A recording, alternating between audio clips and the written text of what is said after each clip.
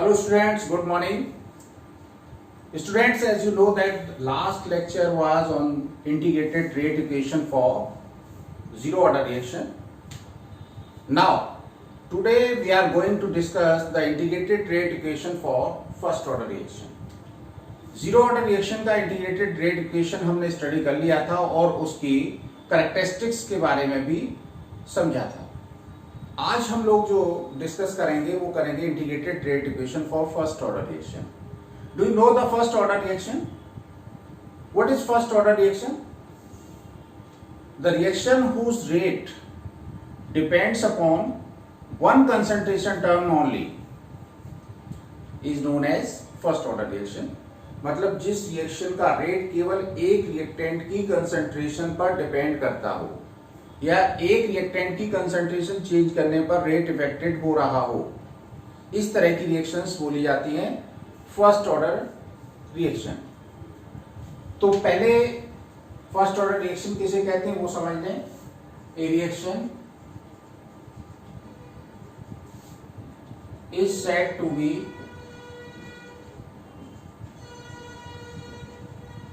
first order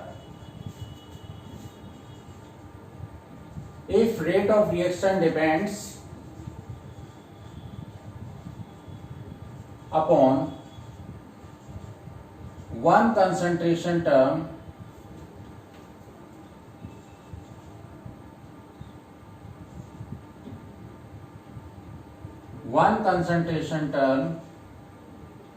only।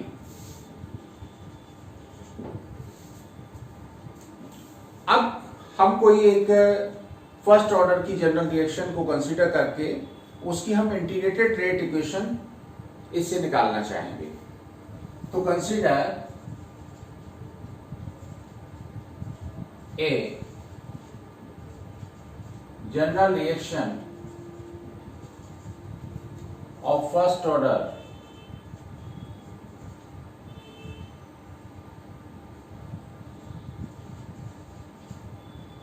Reaction है A equal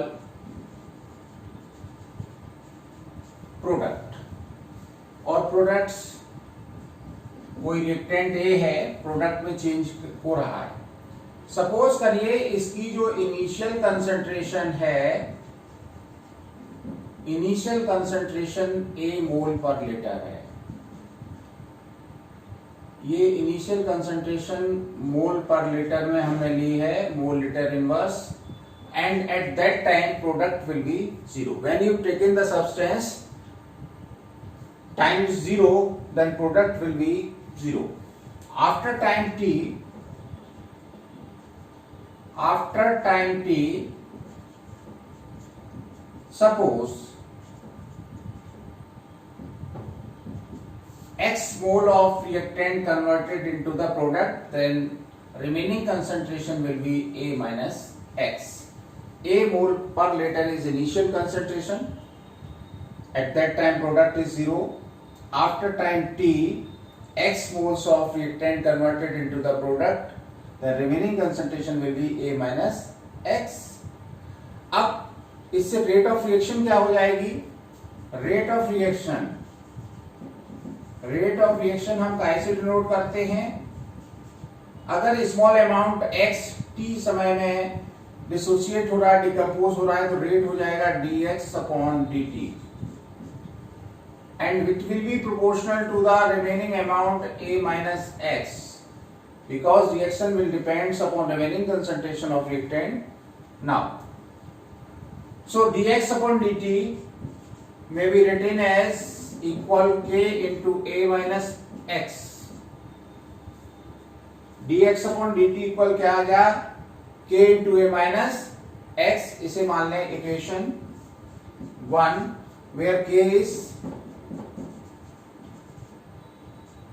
k is rate constant for first order reaction। इसको थोड़ा सा हम एडजस्ट कर लें। dx upon a minus x equal k into D T. इस dx की तरफ हमने कंसंट्रेशन टर्म ले आया और dt ले गए आप k की तरफ। ये इक्वेशन हो गया 2।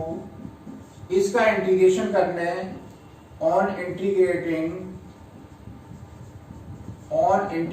इक्वेशन 2, तो इंटीग्रेशन करते समय आपको इंटीग्रेशन साइन लगाना पड़ेगा और ये इंटीग्रेशन साइन हमने लगा दिया।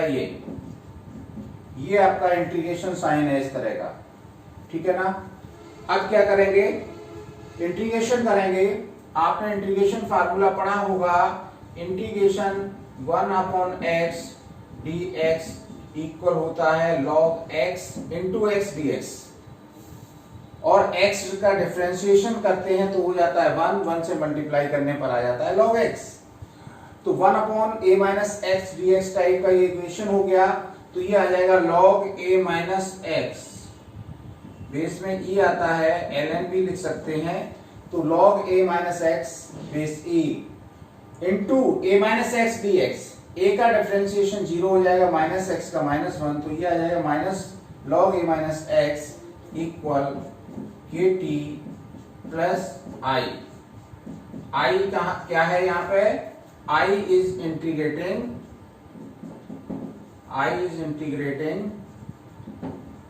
कांस्टेंट। तो ये इक्वेशन आ गई आपकी, इक्वेशन थर्ड।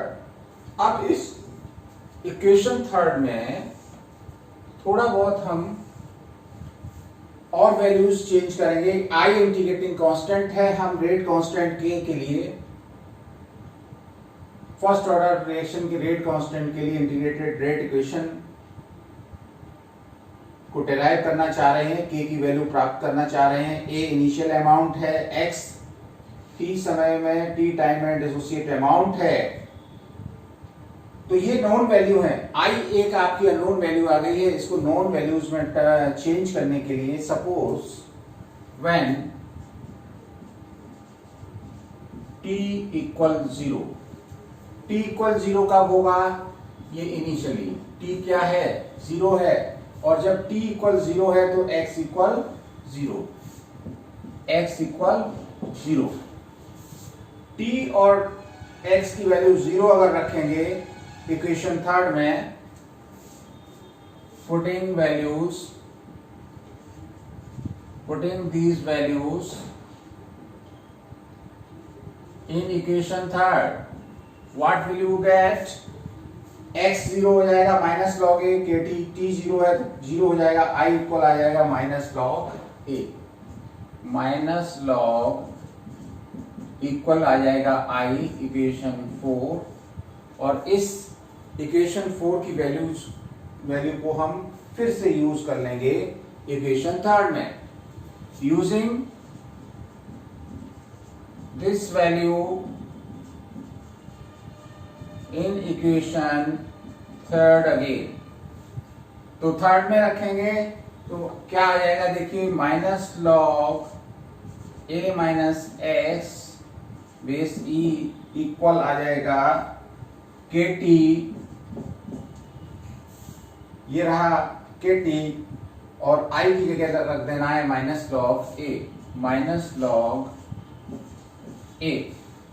लॉग को इसी तरफ ट्रांसफर कर दें तो ये पॉजिटिव आ जाएगा, log A minus log A minus x equal के टी। ये log A minus log B type का फॉर्मूला हो गया, तो ये हो जाएगा लॉग ए अपॉन बी। सो के टी इक्वल हो जाएगा, के टी इक्वल हो जाएगा, या के इक्वल लिख दें सीधा 1 upon T log base e a upon a minus x. Here a is initial amount and a minus x is remaining amount after time t. A is initial amount of reactant, a minus x is the amount of reactant after time interval t. log base e को log base 10 में change करें तो k equal आ जाएगा 2.303 upon t log a upon a minus x। ये आपका एक बहुत ही इंपॉर्टेंट इक्वेशन आ गया किसके लिए, for rate constant of the first order reaction where A is initial amount of the reactant, A minus X remaining amount of the reactant after time t. अब इसको थोड़ा सा मॉडिफाई कर सकते हैं, कैसे? If initial concentration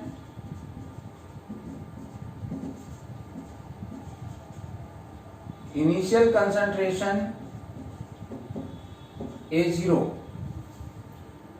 initial concentration को हमने क्या मान लिया, A0 और टाइम t पर, and concentration at time t ये हमने मान लिया A is A. Then fifth equation can be modified as follows: K equal 2.303 upon T log A0 upon A. This is equation 6. A0 यहां पर initial concentration है, A आपका क्या है, कंसंट्रेशन एट टाइम T. अब इस इक्वेशन को exponential form में लिखना चाहें तो क्या हो जाएगा, KT, हम ये log बेस E फिर से ले लें, हम इस इक्वेशन को देखें कि जब इसमें ये वाला, तो log बेस KT इक्वल क्या हो जाएगा, A0 अपॉन A, है ना? और इसको ऐसे भी लिख सकते हैं, KT equal ln, log base C को ln लिखते हैं, ln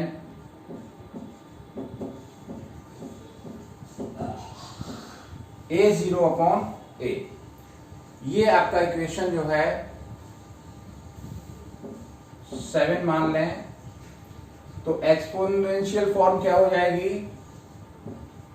10 exponential form. Exponential form में अगर हम इस इक्वेशन को लिखना चाहेंगे तो A अपॉन A0 के इक्वल क्या आ जाएगा, A0 अपॉन A इक्वल हो जाएगा A0 upon concentration A equal लिख सकते हैं E पे पावर KT. अगर A ऊपर ले जाएं और A concentration A upon A0 equal हो जाएगा E पे पावर माइनस KT, या इसको लिख सकते हैं A equal A0 into E पे पावर माइनस KT. और क्या हो जाएगा, ये हो जाएगा, और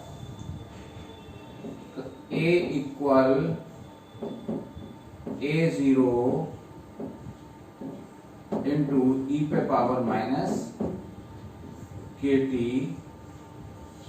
दिस इज इक्वेशन नंबर 8.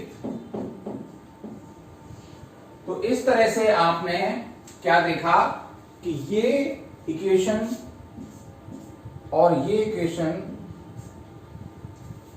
और आपकी इक्वेशन 8, ये तीन मेन इक्वेशन है काय के लिए, फर्स्ट ऑर्डर रिएक्शन के लिए. फर्स्ट ऑर्डर रिएक्शन में हम ये इक्वेशन को यूज कर सकते हैं रेट कांस्टेंट निकालने के लिए, इस इक्वेशन का भी यूज कर सकते हैं, या एक्सपोनेंशियल फॉर्म अगर देखना है तो आपकी इक्वेशन 8. तो this is the integrated rate equation for first order reaction. बहुत ही सिंपल है, इसको एक बार आप पूरा नोट कर लीजिए, और चाहे तो इसको वीडियो को रिवाइंड करके फिर से देख सकते हैं. अब हम आगे चलेंगे, उससे पहले इसको नोट करिए जल्दी से.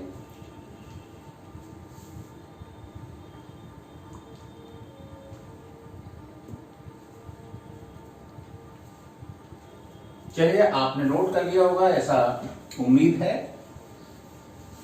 तो आगे देखते हैं हम लोग इस फर्स्ट ऑर्डर रिएक्शन के लिए important characteristics.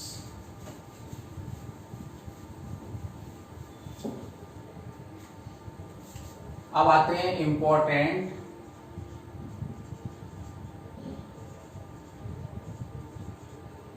Characteristic of first order reaction.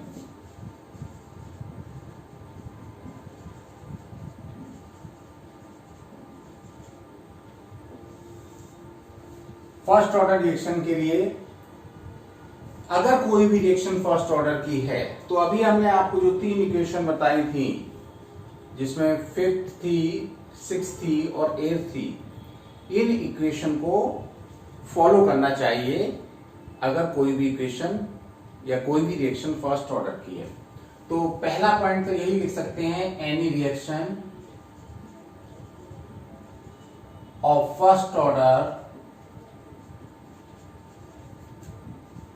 should follow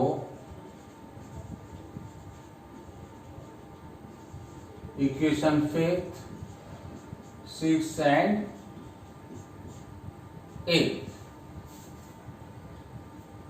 अगर इक्वेशन 5th, 6th और 8th का फॉलो करेंगी तो वो फर्स्ट ऑर्डर रिएक्शन होगी। दूसरा, ग्राफिकल रिप्रेजेंटेशन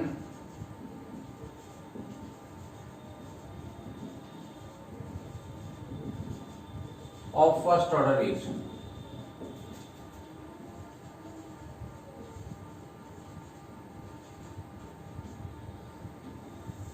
देखिए फर्स्ट ऑर्डर रिएक्शन में अभी आपने एक इक्वेशन 6 क्या प्राप्त की थी, k equal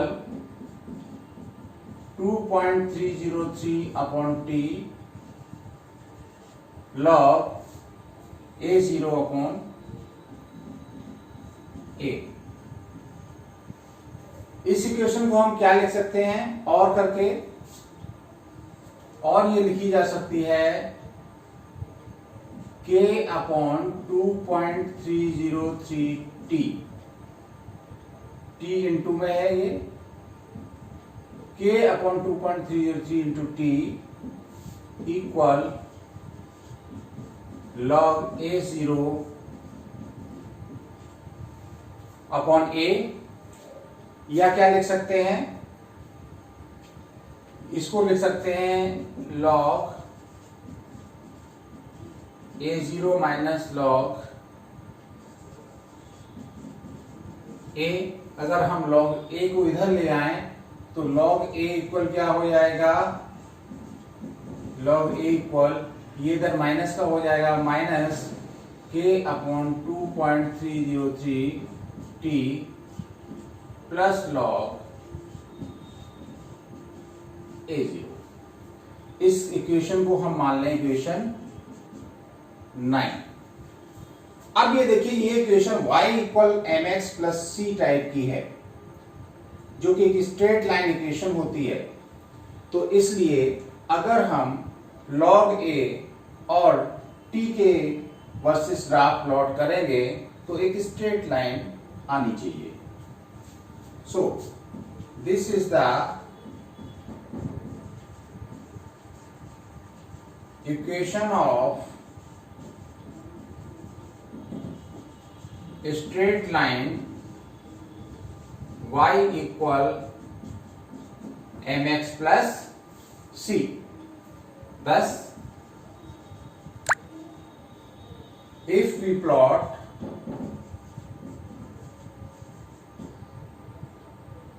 log A against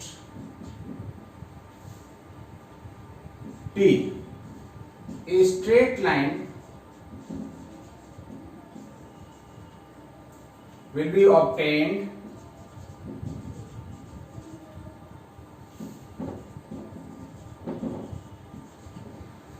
with slope कितना हो जाएगा, with slope equal -k/2.303 and intercept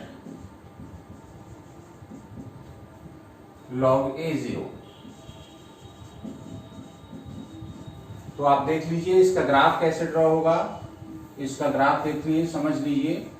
graph जो है इस एक्सिस पे हमने ले लिया है आपका log A लॉग कंसंट्रेशन ए और इस पे लिया है टाइम टी, तो इस तरह की आपकी कोई स्ट्रेट लाइन आएगी जिसका स्लोप होगा माइनस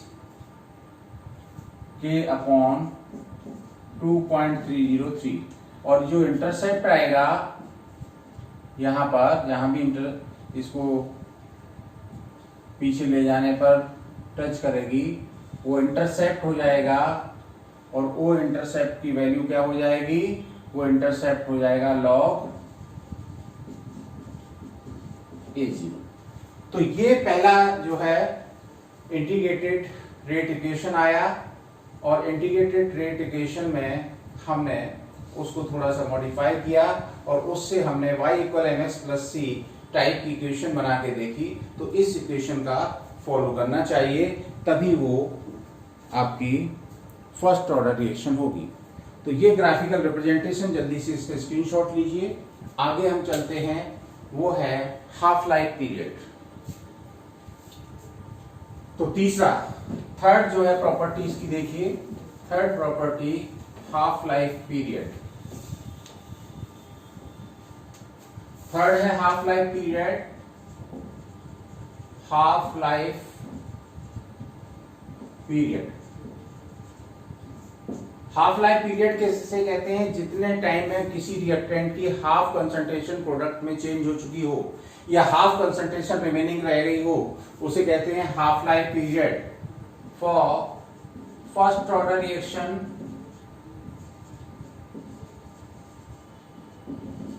के इक्वल आपने पढ़ा है 2.303 upon t log a upon a minus x. Half life का मतलब क्या है, when t equal t half then a minus x will be equal to a by 2। ये दोनों वैल्यूज अगर यहां पुट कर दें तो k इक्वल आ जाएगा 2.303 upon T half log a upon a by 2, या k इक्वल आ जाएगा 2.303 upon T half into log 2। Log 2 की वैल्यू रखते हैं, टी हाफ इधर ले आए, टी हाफ को इधर ट्रांसफर करेंगे तो टी हाफ इक्वल आ जाएगा 2.303 अपॉन के इंटू 0.3010। ये वैल्यू होती है लॉग 2 की। इसको जब मल्टीप्लाई करेंगे तो टी हाफ इक्वल आ जाएगा 0.6932 अपॉन के। This is the equation 10। तो ये आपका टी हाफ क्या है, 0.6932 अपॉन के आया। इस एक्सप्रेशन में कहीं भी इनिशियल कंसंट्रेशन नहीं आ रहा है। It means half life period of the first order reaction does not depends upon initial concentration of reactant. Whatever may be the reactant concentration, half life will not depend upon initial concentration. If you take the 10 gram, then in half life period it will be 5 gram. If you take 10 kilo, then it will be 5 kilo. But means it does not depends upon initial concentration. So equation thus this equation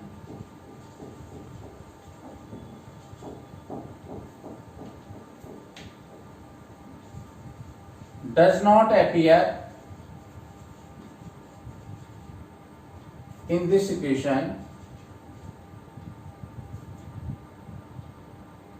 does not appear initial concentration A। इसका मतलब क्या हुआ,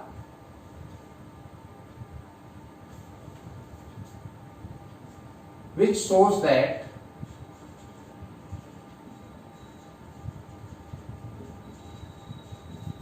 half life period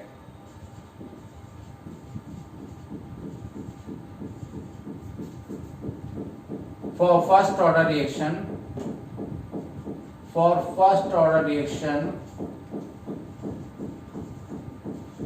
is independent